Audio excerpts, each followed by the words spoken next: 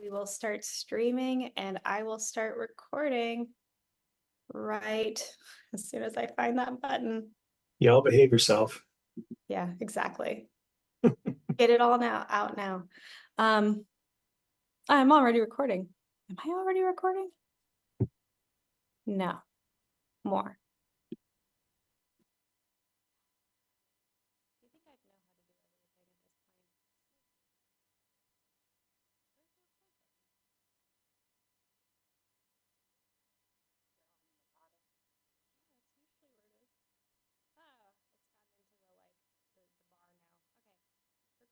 Recording in progress. There we go. Commission meeting. It is September 3rd. We're calling to order. Today's agenda is relatively light. We have a few action items, so should be fun. I'm gonna just do a roll call because you don't know what order I see you in, so it's hard to go in a circle. Okay, I'm gonna kick it off. Cliff Dossel, Here. Jason Deal, here. Okay, Lisa Stroud, Here. Tony Tronu, Here. Chad Downard, Here. Shannon Stokes. Here. Right, Eric Palmer as the staff. Absent today is Jane Dabb. Jennifer Finkel's joining late. And then we no longer have 2 members. So we are only a group of 8 these days. All right, I'm gonna go back to sharing my screen. Cool. I sent summary minutes for August. Did everybody get those? I'm seeing head nods. All right, so I'm not going to put those on the screen. If we want to just do a motion to get things started, we can do that. Motion to approve the minutes. Second. All right, all in favor? Aye. Aye. Aye. Aye. I hear all the ayes. All right, cool. Wonderful.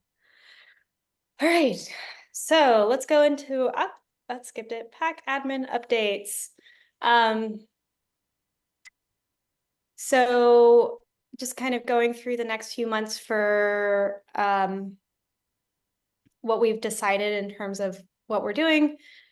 And Tuesday, October 1st, we're keeping that meeting as is, 2 p.m. in person at Bryce Stewart Hall.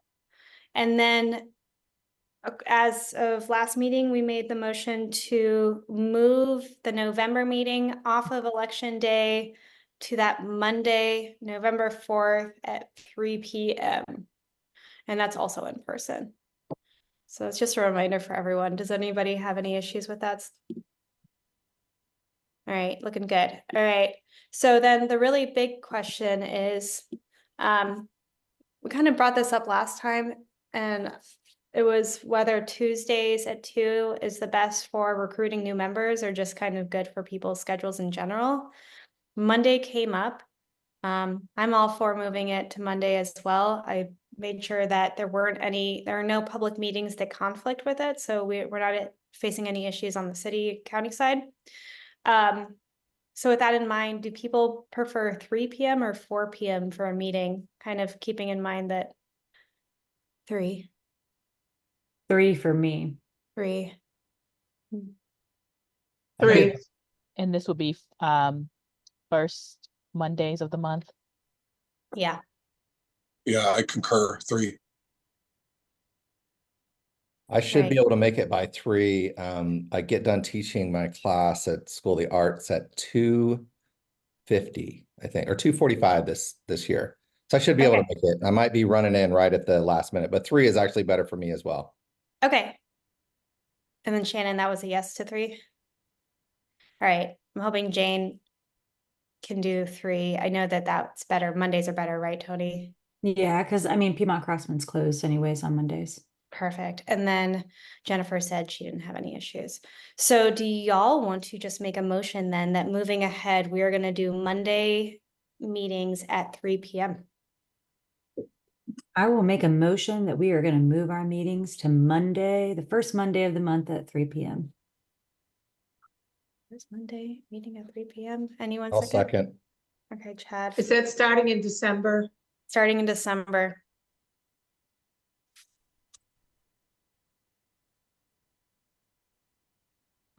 Okay, so then all in favor. Aye. Aye. Cool, that's a unanimous yes. That's exciting. Okay, hopefully that takes me to the second item. Hopefully that helps us with member recruitment. Please spread the word. I spoke to Elaine at Mixer, trying to recruit her. Mondays are sacredly off her calendar. And I think she's overcommitted, but she did have suggestions for somebody else on her staff who might apply. I've gotten emails from somebody else who's applied. So we'll see if selections are made soon by the city side. County, I have not heard of anyone wanting to submit an application. Typically, that's somebody that lives outside of city proper that the county will want to prioritize. So anyone who lives in Pofftown, Clemens, Kernersville, Walkertown, Rural Hall, any of those spots, still in Forsyth County. So please get the word out, just because I always like having a full group, although we are easier to hit quorum this way, I just have to say. And so for people that may be interested, we just give them your contact information. Honestly, I mean, they can apply without even speaking to me, but typically I like talking to them so that they just understand the commitment. Because I think that's what's like the hardest thing to get on board with is just understanding the monthly commitment and then the 4-year term. So, all right. And just kind of keep in mind, let's think about like diversity with our recruitment as well. Age, ethnicity, race, and also like even in gender identity. So just wanting to think about like the various voices that represent Winston-Salem and having them on this commission. Cool. Okay. That said, we can just move on to action items. This is going to be a short meeting because y'all are so quiet today. I wonder why. So last meeting we approved a design for Elizabeth Coyne and Sarah Snyder Green, who are the two artists that are working on that Wiley Middle School intersection in front at Northwest and Hawthorne. What y'all approved was that optical illusion design where it made it feel like you were falling into the crosswalk.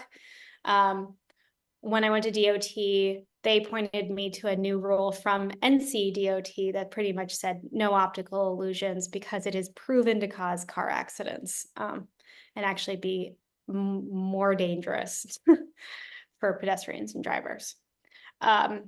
Especially knowing that hill off of Hawthorne is pretty steep and it could really surprise somebody if they caught it at the right angle. So, that said, there's two options that they came back with. This is either transparent crosswalk, which you see here, or twist crosswalk. I've submitted both of those to DOT. I have no idea which one they're approving because they might have only approved one. But either way, one of these is going to go for final approval October 15th so that those artists can start painting like that first week of November. I mean, does anybody have opinions on either one that they would be leaning towards it? Let me switch back and forth. Up.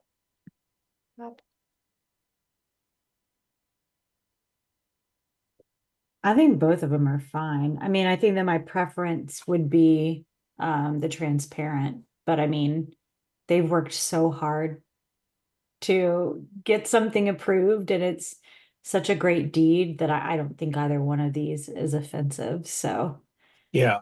I mean, I kind of I like them both, but I think the twist crosswalk is probably the one that's more likely to be done and done right. Yeah. Because it could be done simply with 2 stencils.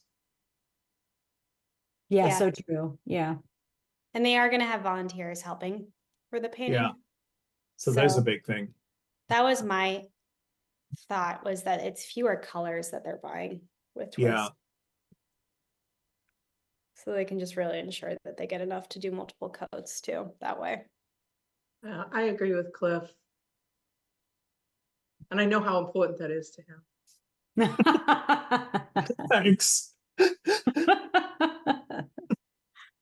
All right, well, my request was that we make a motion to actually still approve both in case they do go through with the other one. I have a feeling DOT is going to lean towards Twist as well, just because I think they don't necessarily like having a lot of yellow that competes with the yellow that's in the stripes of the like regular traffic. It makes it look like it's too much of like a traffic warning, even though that's probably their intention. Yeah. Yeah. So anybody want to make a motion to just approve both? I move to approve both of these designs. I'll second it. Cool. Okay, all in favor? Aye. I All right. I'm gonna say that is a vote to approve both things. Great.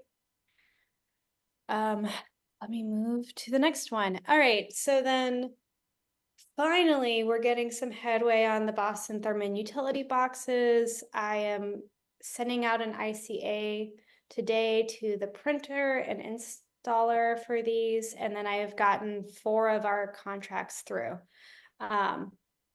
These are contracts that have been approved or that have gotten through the city. So really it's just, these are final designs that we get to approve because they were tweaked from the proposals.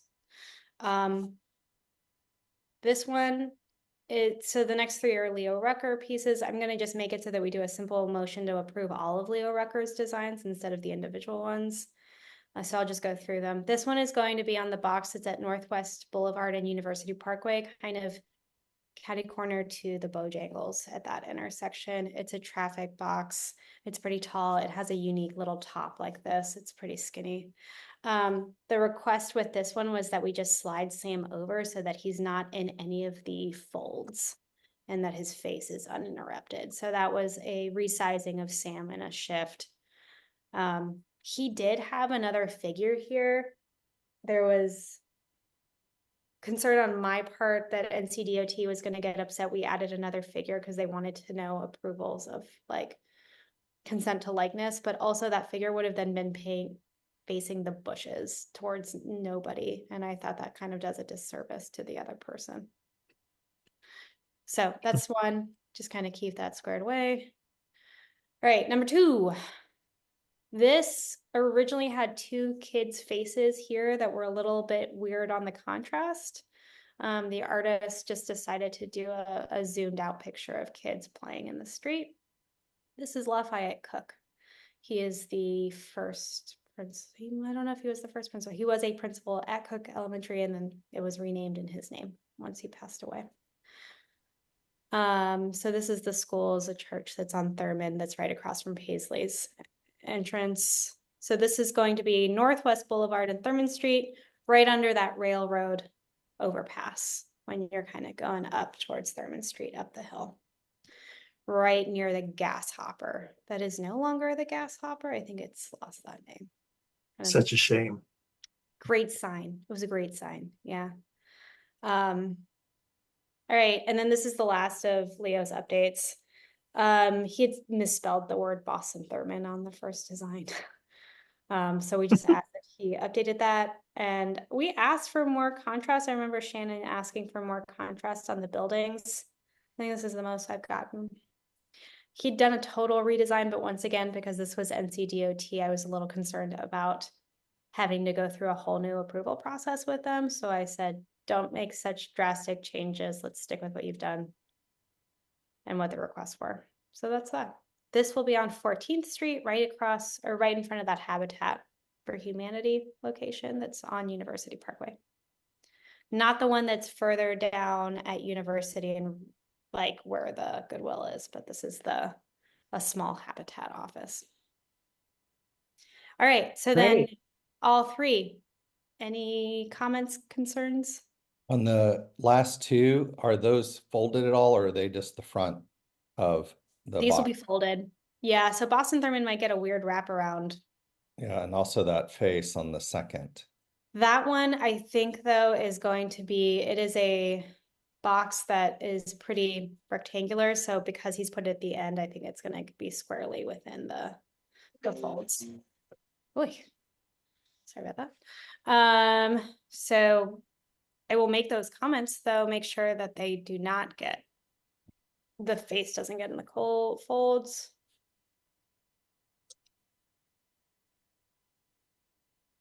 And then I think we have to kind of make peace with the fact that Boston Thurman will get kind of weirdly warped unless people think that it's better that the words go off the box entirely. I mean, could you just stack them where it's on top of one another? Hmm. You know? Yeah, it'd be smaller, but it would at least make sure that it's on one panel. Yeah.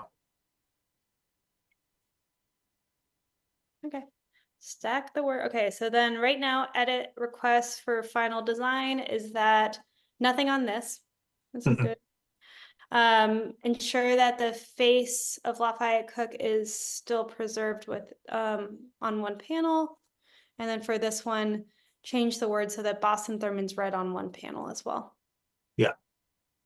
Right. And did you say they were going to rescale Sam on the first one? Sam is rescaled, so like I think the line Okay. it's like he's still kind of flirting with the edges, but he Aren't we all? I think this was the best we could get out of it without it. Then Okay. kind of gets into too much like dead space when he starts. Yeah. So, yep, Okay. cool. All right. Anyone want to make that motion? I'll move to accept the 3 designs as they are with our changes. Yep. I'll second. Lisa second. Great. And all in favor? I Aye. Aye. Cool. All right. And then moving on, this is another one that got approved. She needed an edit where originally these are figures doing yoga poses and they were naked. So there's clothes. Yay. Yeah. Pretty straightforward. Yeah. Yeah, she really liked the consideration though that she still added shadow and it was like a little bit extra work. This one's gonna go in on a box that's like in the parking lot of the MLK Community Center. So kind of up on a hill overlooking everyone. Really nice. Yeah. All right. Looks good. Comments? Yeah. Concerns? Nope. All right. All right. Motion to approve. I'll do a motion to approve. Great. Thanks, Chad. Second. Second. Great. Thank you, Cliff. And then all in favor of Alicia. Aye. wins. Yeah. Aye. Aye. Aye. got that Great. good papyrus font going on there. Yeah. Let's get some. Let's not show it to Ryan Gosling. Okay. All right. Next on the agenda, I kind of put this in maybe a little too preemptively, but it was on my mind and I wanted to bring it up. So Choice neighborhood, you know, we're moving forward. The Rupert Bell Park RFQ is finally going to go out today after some like budget questions, just because originally we had said that we were going to do the RFQ for Rupert Bell for 120,000, and then I needed to take it into consideration the resurfacing of the court. We got bids, and we're going to be around like $15,000 to $16,000 for that resurface, and it's filling cracks, putting a new coat of acrylic so that when an artist comes in, it is just like really nice, smooth court ready to go for a repaint and a mural. I know there had been some questions of whether parks should pay for this or the CNI money. And ultimately, I ended up doing some research. There's an organization called Project Backboard that does murals on basketball courts across the country and even the world.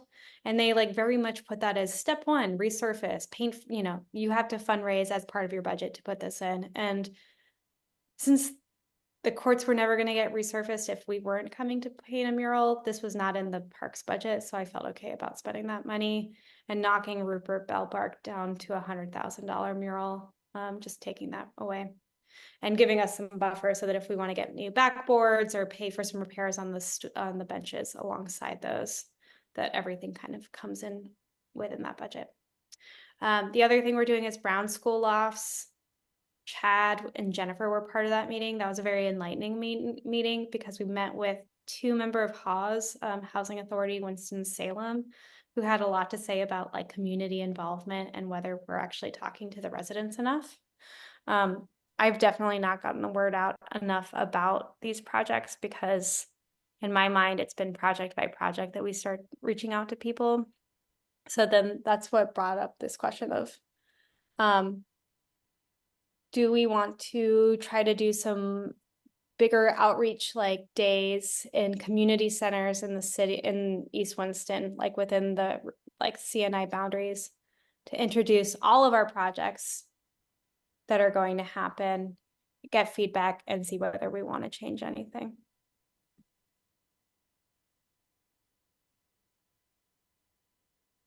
I mean, I think that Yeah. makes sense. Yeah. I can't see how it would hurt. I mean, it would encourage people. Yeah. I agree. I think it's just right now it's just thinking about the like how we want to approach it. Yeah. We've got, the other thing that's in the works for this year is the YWCA, that's across from the schools. So all of those still are in motion. And I think I feel good about all of those projects still being pretty like solid projects for the community, and that everybody who's stakeholders involved like feel really excited about it.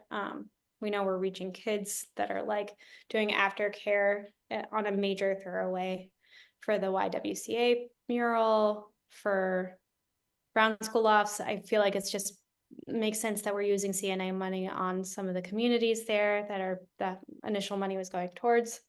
And then Rupert Bell is just such a hub, and that was a huge identified like space that is also city property and the easiest for us to work on. The things that might change in response to these community meetings, I know that HAWS flagged sunset towers.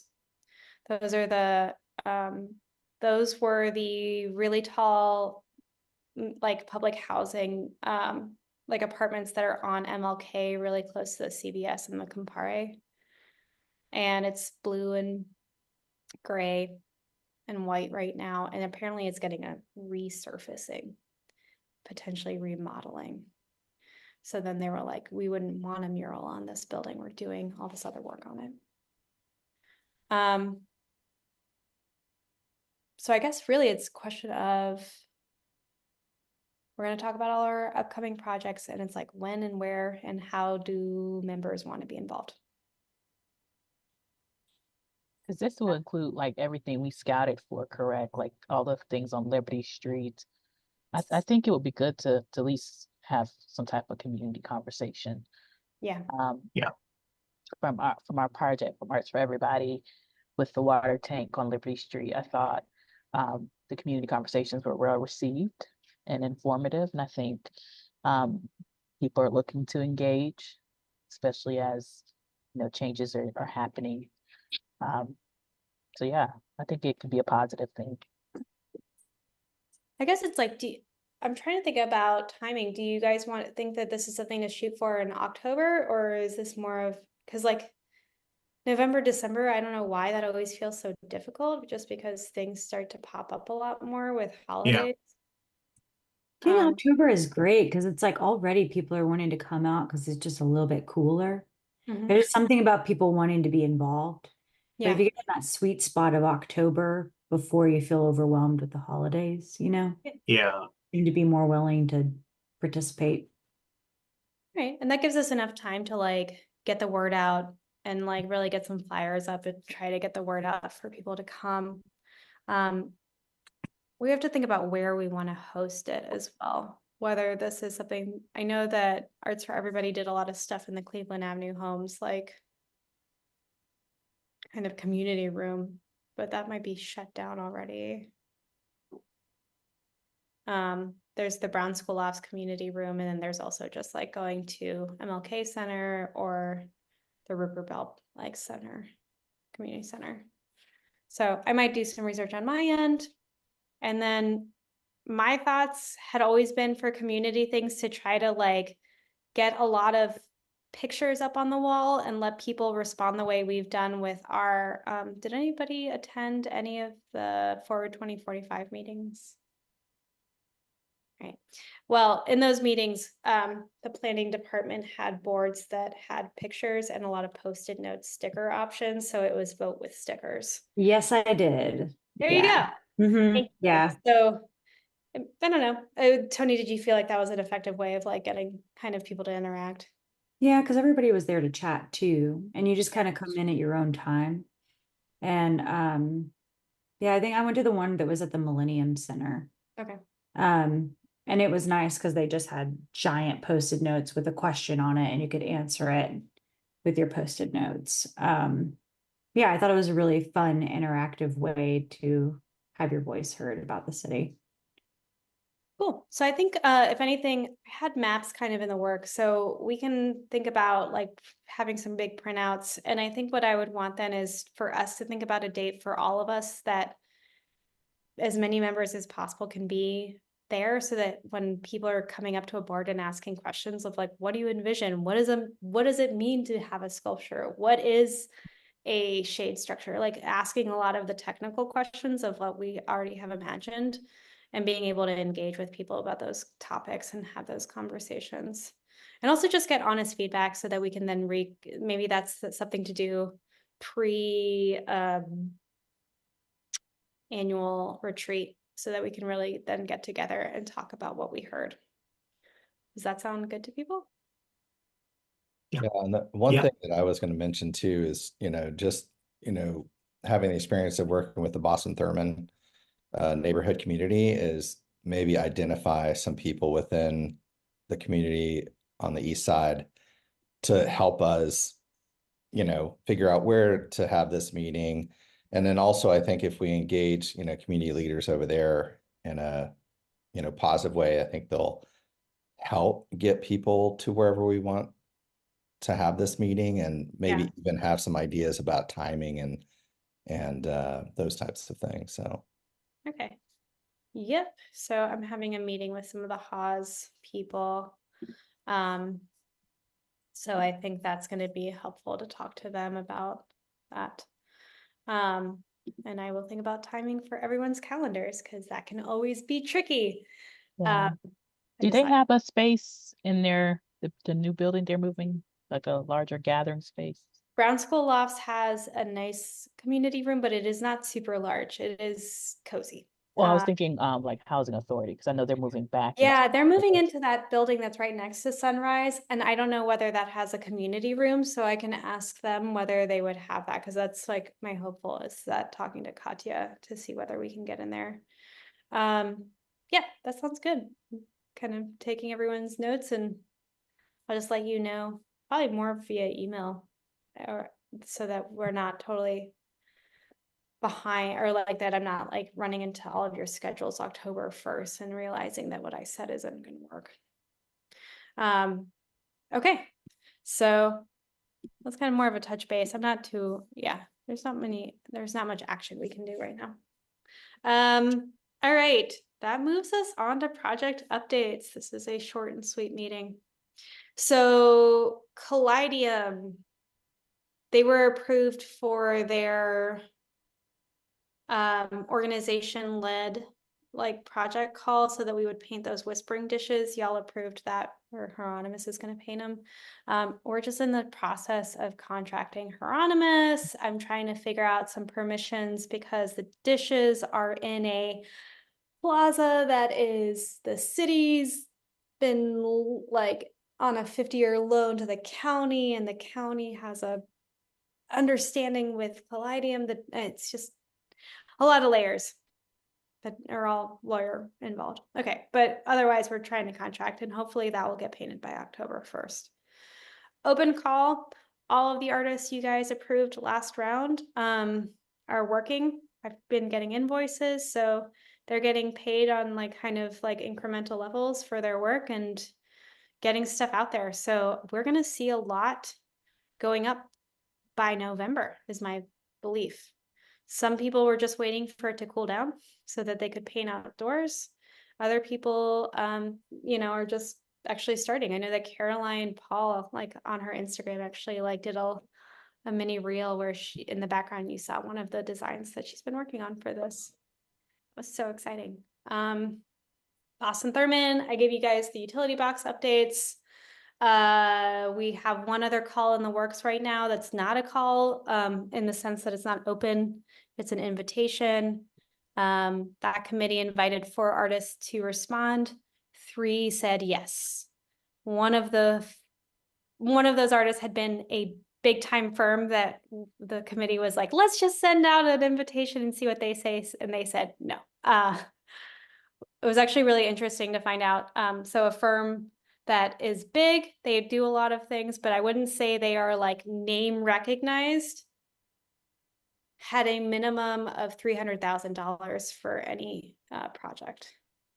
So let's like, I don't know, keep that in mind that whenever we have really big calls that we want like a bigger name on, that's the new norm. And that's a lot of money for our budget.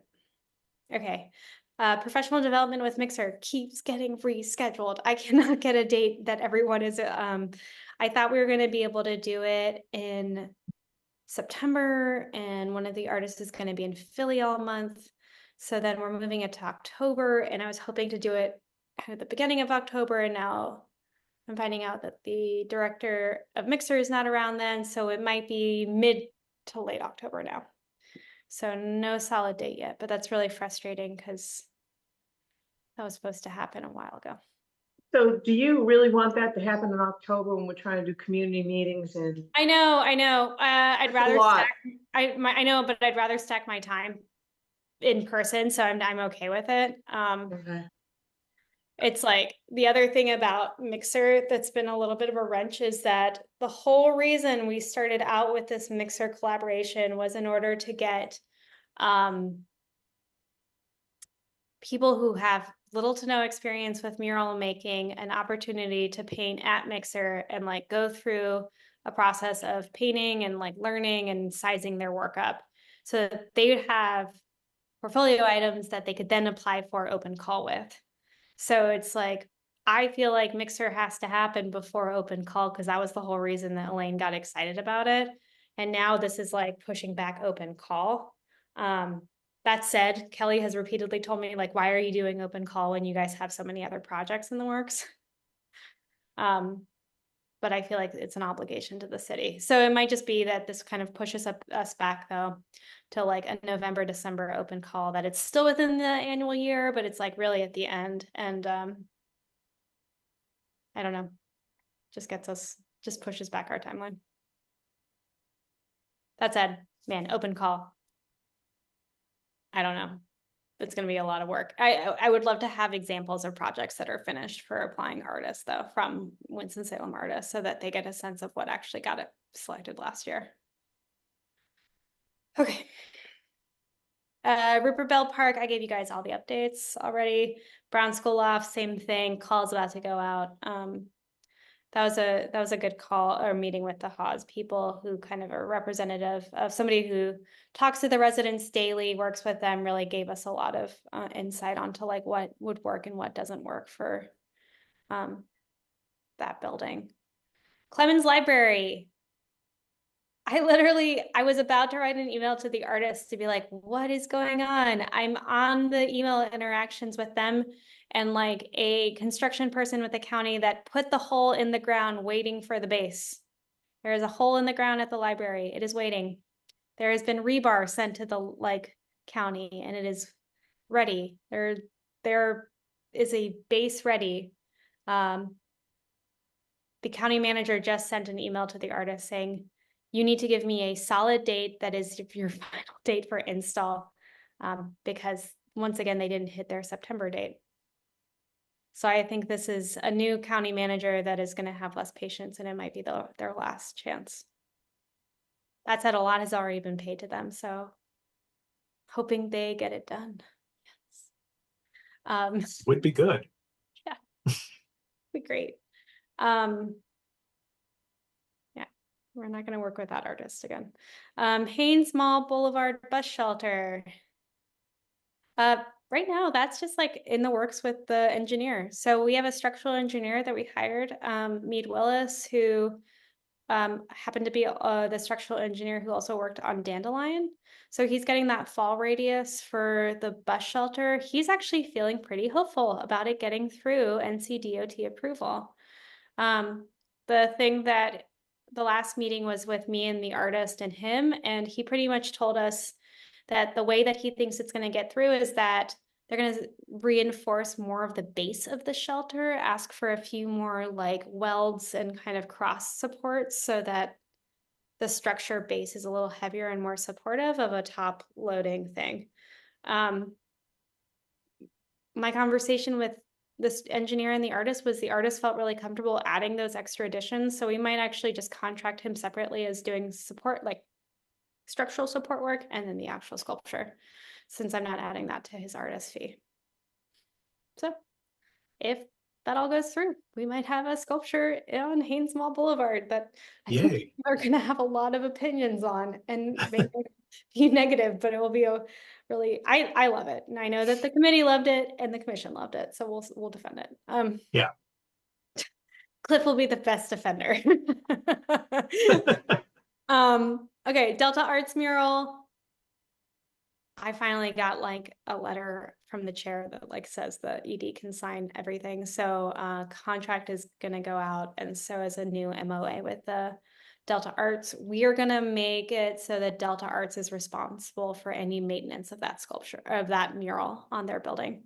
That even though it's a public art commission, because it is their building, it feels strange to be doing maintenance on their building. So we're gonna make them responsible for that. Dandelion, I got no updates. It's been kind of radio silent. That's somewhat our fault.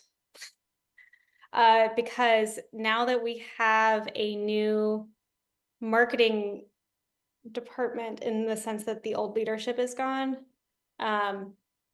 they've been super busy just doing a lot more of the requests that are coming into the city. And I think the videographer that's doing that work has been like nonstop with other requests. So it's not that they're not willing to do anything. If anything, now everyone's super on board with doing all of the Dandelion support, but it's that they're overwhelmed and they don't know how to piece that in, especially when the artists are not quick to respond and not really like the first to reach out. So I think that's just more of me having to draw everybody in one more time and say, here are dates that you are filming and this is how we're moving forward. That all said, Dandelion itself is hitting major issues of the artists are all on like schedule with construction. In order to install, there has to be all these improvements along Salem Parkway that are not contingent on our artists. They're like other contracts with other construction companies. And I know that our purchasing department has had a hard time getting bids from construction companies that are capable of doing this work. It's like working on like, anyway, it's really large projects. There are only a few people who are capable of doing it. They're all overworked and saying we're not putting a bid on anything for the next 6 months. So that pushes all of our projects back 6 months. So golly, I have no idea when in 2025 Dandelion is going to happen at this rate. Because pretty much what I've been told is that in order for Dandelion to go up, every single one of those other projects has to be done along the highway. Y'all saw how long it took to do all of the work on 421 in the first place. So Shannon's giggle says it all. Yeah. You know, it'll be our next Clemens Library. One day. But maybe that's a blessing in the sense that we can really get our marketing together and like have all these videos. Yeah. All right. Any final comments, concerns, things? I do have a question about the Rupert Bell. So even though we're paying for the resurfacing, would the maintenance of that fall on Parks and Recreation? Or is that still Nah. to be discussed? It's still gonna be us. Okay, Yeah, I think with city property, typically, PAC is responsible for that. That said, we happen to, I think when the budget got approved, we got approved for like a good chunk of money to just go to our maintenance fund. And not actually get pulled from just our annual budget. So that means that now we have a good amount of money to work with, because they were anticipating, oh, you're about to get all these massive projects that are going to probably need ongoing maintenance. And I will say Rupert Bell Park got flagged as something that will probably need more maintenance than others. That said, on top of that, Project Backboard, I was like this amazing like resource. If you go to their website, they actually had like an entire PDF of just like helpful like tips for people doing these types of projects, and even talking about like how a design should be done on the court, thinking about like where the most traffic and like where will happen first, so that you're like not making all of this detail work right next to the hoop, since that's going to get worn down first. So that kind of advice for an artist is just really priceless, and something I would never have thought of when I was putting together a call. And I'm trying to get a phone call with the founder to just see whether there's any involvement we can get with them. I don't know. They have a whole list of artists that have done these kind of projects before. Any other questions? Tony? Where are we with the parking garage on 6th Street? Okay, that's a great question. So that is all still dependent on purchasing policy. Because we wanted to do a $50,000 to $60,000 call. I feel very hopeful. So purchasing policy in the city just changed today and went from 20,000 to 30,000 as a cap. So we just got a little bit of a bump that I don't have to do any different application processes for. I just submitted a request for purchasing policy exemption for all of our Boston-Thurman projects. So that we kind of get a precedent on the fact that like that Kimberly Park sculpture is budgeted for 50, and we are not currently following the purchasing policy with that. So if I get that exemption from the city manager, that kind of helps us like guide the way to say, look, Boston-Thurman was a success. It was a really good series of projects that went out, like still did a rigorous process of selection and inviting artists to apply, but that it didn't do the 60-page contractor application that is currently the only way that we can do things over 30,000. So once I get that exemption, I can get the ball rolling on other projects.